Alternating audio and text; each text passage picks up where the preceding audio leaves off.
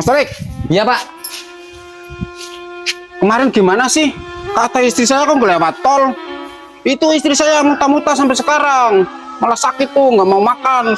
Orang perjanjiannya nggak lewat tol kok Pak. Kok nggak lewat tol?